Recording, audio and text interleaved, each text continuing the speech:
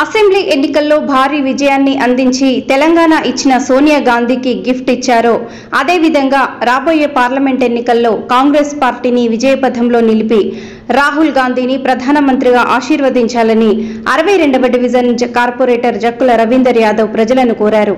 ఎన్నికల్లో సోనియా గాంధీ ఇచ్చిన మాట ప్రకారం 6 గ్యారంటీలను తెలంగాణ ముఖ్యమంత్రి రేవంత్ రెడ్డి 100 రోజుల్లో వాటిని అమలు చేసి కాంగ్రెస్ పార్టీపై తెలంగాణ ప్రజలకు ఉన్న నమ్మకాన్ని నిలబెట్టుకోవటం జరిగిందని అన్నారు.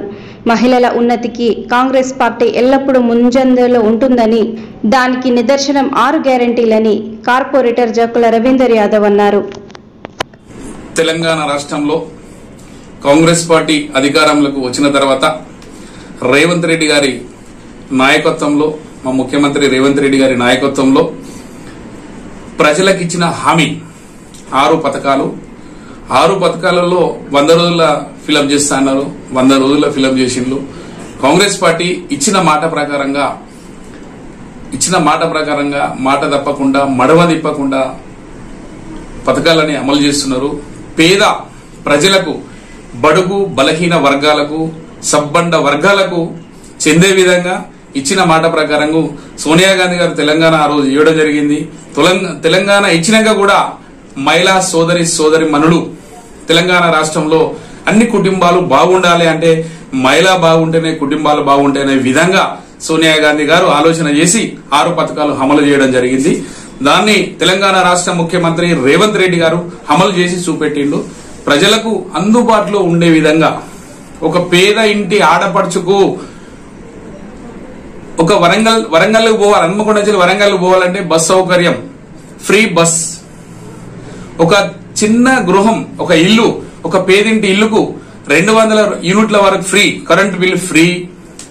అలాగనే బయట రేషన్ కార్డు ఉన్న మహిళా సోదరి మనకి 2500 రూపాయలు మహాలక్ష్మి అని ఇలాంటి పథకాలు పెట్టి పేద ప్రజలకు అందే విధంగా, ప్రజలు సుఖ సంతోషాలతో తెలంగాణ రాష్ట్రంలో ఉండాలనే కోరికతోటి ఈ స్కీమ్లన్నీ ఇంప్లిమెంట్ చేయడం జరిగింది. అలాగనే పేదింటి కళ నెరవేర్చడం, జాగా లేని వాళ్లకు జాగా, ఇల్లు లేని వాళ్లకు జాగా, ఉన్న వాళ్లకు ఇల్లు కట్టించడం, 5 లక్షల రూపాయల కింద ఇందిరమ్మ పథకం కింద ఇల్లు కట్టించడం చాలా గొప్ప కార్యక్రమం. దీనికి ఎందుకంటే పేదలు చాలా సంతోషపడే విధంగా కాంగ్రెస్ పార్టీకి మద్దతు తెలుపుతారు.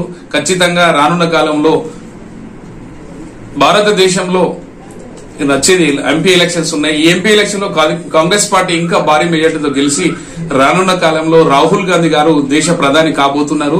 ఇది పబ్లిక్ లో ఉండే ఆదరణ బాగా ఉంది కాంగ్రెస్ పార్టీకి. కాంగ్రెస్ పార్టీ కూడా ఇచ్చిన మాట ప్రకారం ప్రజలకు అనుకూలంగా అన్నటువంటి స్కీమ్లను తీసుకురావడం చాలా సంతోషం. మొన్న జరిగిన అసెంబ్లీ ఎలక్షన్ లో కాంగ్రెస్ పార్టీని ప్రజలు ఎట్లయితే ఆదరించిందో అలాగనే రానున్న లోక్సభ ఎలక్షన్ లో కూడా కాంగ్రెస్ పార్టీని ఆదరించాలి. ఎందుకంటే రాష్ట్రంలో, దేశంలో కాంగ్రెస్ పార్టీ ఉండే విధంగా ఉంటేనే మన పథకాలు ఇంకా ఇచ్చిన హామీల కన్నా ఇంకా ఎక్కువ పథకాలు అమలు చేసే అవకాశం ఉంటది.